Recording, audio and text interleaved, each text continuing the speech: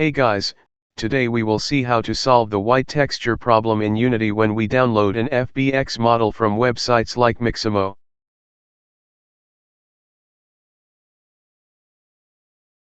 We will download this model using the default setting and import the FBX file into our Unity editor.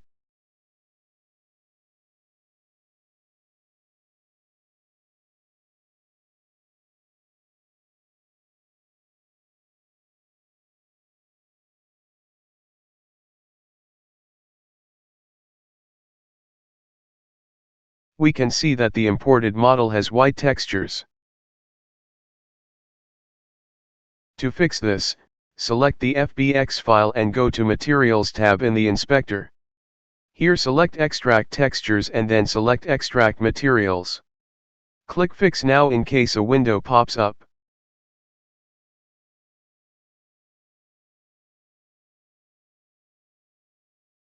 We can see that our model now has the correct textures and materials applied to it. We can also modify the material using the inspector menu after selecting the material.